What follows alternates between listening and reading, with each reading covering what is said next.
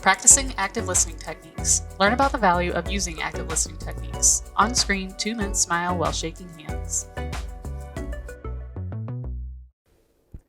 Hello, parents and caregivers, and welcome to MDE LIO's Parent Educational Video Series, where we break down the mystery of big educational labels and the little acronyms that represent them. I'm Amy Shepard, Parent Liaison to the Michigan Department of Education Low Incidence Outreach, or MDE-LIO for short. And that, folks, is our first acronym. I'm a parent of a young man who is legally blind, a community advocate, and a constant collaborator. Today, I'm collaborating with my longtime friend and coworker, Johanna Brutvan, an education consultant at MDE-LIO. Hi, Johanna. Hi, Amy. Johanna, tell us a little bit more about yourself. So, Amy, I've been a teacher for the visually impaired here in Michigan since 1999. 8 of those years I spent working as a preschool teacher. And if you can believe it, I've been here at LIO since 2014. Wow, I do find that hard to believe, and we are certainly grateful that you are here with us today to share your experiences as we talk about ways in which parents and teachers can work together to build positive relationships. Today's topic, the art of practicing active listening skills, is a strategy that I'm constantly trying to improve upon. Active listening is an attitude of sincerely trying to understand when someone else is thinking, even if you don't agree with them. And Amy, as educators, it is so important that we remember to put the parents first in this conversation. Yes, parents do know their children best, but they may not realize how much they know in educational terms. When we talk with parents, we want them to feel comfortable and safe. The teacher-parent dynamic can make it hard for parents to feel completely honest and to be vulnerable. Parents have a lot of natural fears. What if I answer wrong? What if I'm not doing the right things at home? What if I don't understand and know my child's needs the way others think I should? What if I don't completely understand the medical diagnosis? You know, Amy, I think about this. Imagine you're a parent, you're walking into a meeting. There are 10 people sitting at the table when you walk in, and you look around and you may not know them. There may be a new face at the table.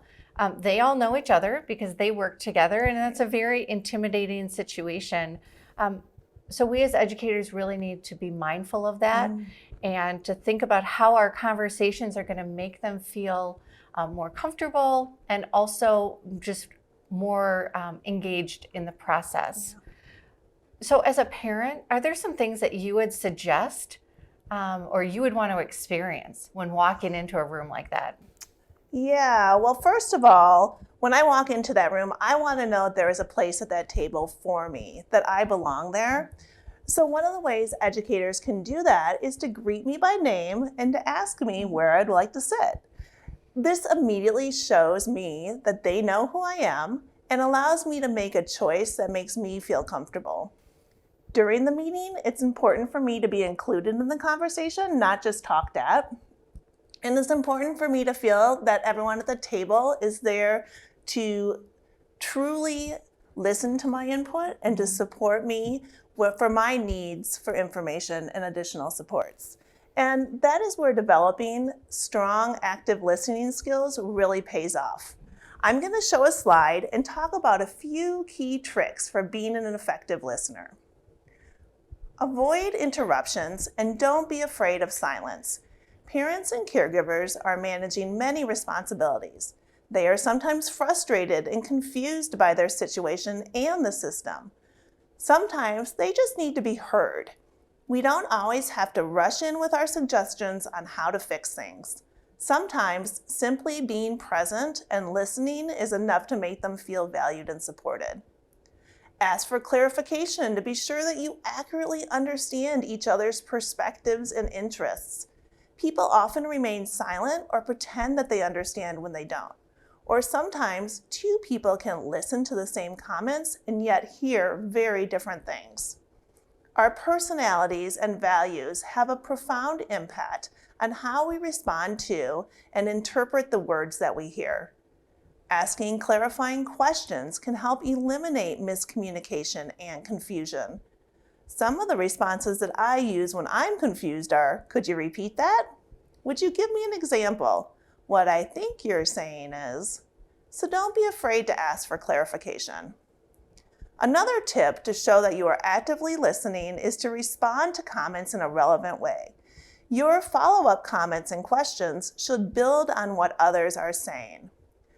And finally, ask open-ended questions to create a genuine conversation.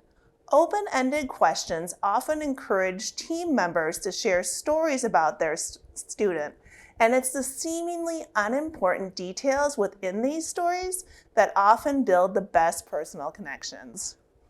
Okay, Johanna, I know you've developed incredible listening skills over the years. Can you think of an interaction with a parent that really put those listening skills to the test? So I will say I've gotten better over the years, but it's definitely something that I continue to practice and try to improve upon. I actually was just recently did a parent interview, and I had a checklist of all the questions I was going to ask, and I was running down my list of prepared questions. And really right then, I probably should have stopped myself because I wasn't asking open-ended questions that led to that storytelling. I was just running down a list, and I asked a very standard question about going out into the community. And the mom paused and said, have you ever tried to take a child with a wheelchair and 3 other children into the grocery store? Right. And I really had to stop and think about the way that I was asking questions. Now, it's okay to come with a list of prepared questions as starting points and conversation starters, but I wasn't actively listening to what that parent wanted to share with me. So when you're in some of those big meetings or you're having a teacher conversation, do you find it hard as a parent to engage in active listening? Well, to be completely honest, listening has not always been my strong suit. My natural instinct is to be thinking ahead to what I want to say next. So I do have to work really hard to stay in the present, to slow my brain down, and to pay attention. I also often felt very intimidated in those big group meetings because there were so many experts there, particularly during our IEPs. Oh, and I want to point out IEP, that's another acronym, and it stands for Individual Education Program. Because I felt intimidating during those meetings, my nerves sometimes made it really hard for me to speak up. So I had a little trick. I always made sure that I sat across from somebody on the team who I had a strong relationship with and who made me feel comfortable. And it's amazing how just a little bit of positive eye contact or a reassuring nod from a friend would often give me the courage I needed to ask questions when I was confused or uncertain. Those meetings can be exhausting and overwhelming. And really, active listening is not just the physical act of hearing what someone is saying. It's really showing someone that you care, that you're listening to them.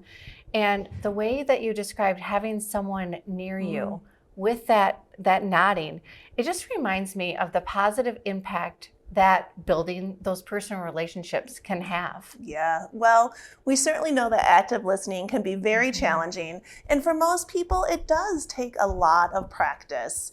But we've also learned some great tips on how to grow in this area. So I think that's a perfect place to wrap it up. Johanna, I really appreciate you being here with us today. Thank you for having me and bringing me into this important conversation. And a huge thank you to everyone who else tuned in to listen. Don't forget to check out our MDE LIO website for other videos in our Parent Educational Video Series. See you next time. Bye, everyone. Learn more at ndelio.org. Find more videos, get resources, and learn how MDE LIO can support you.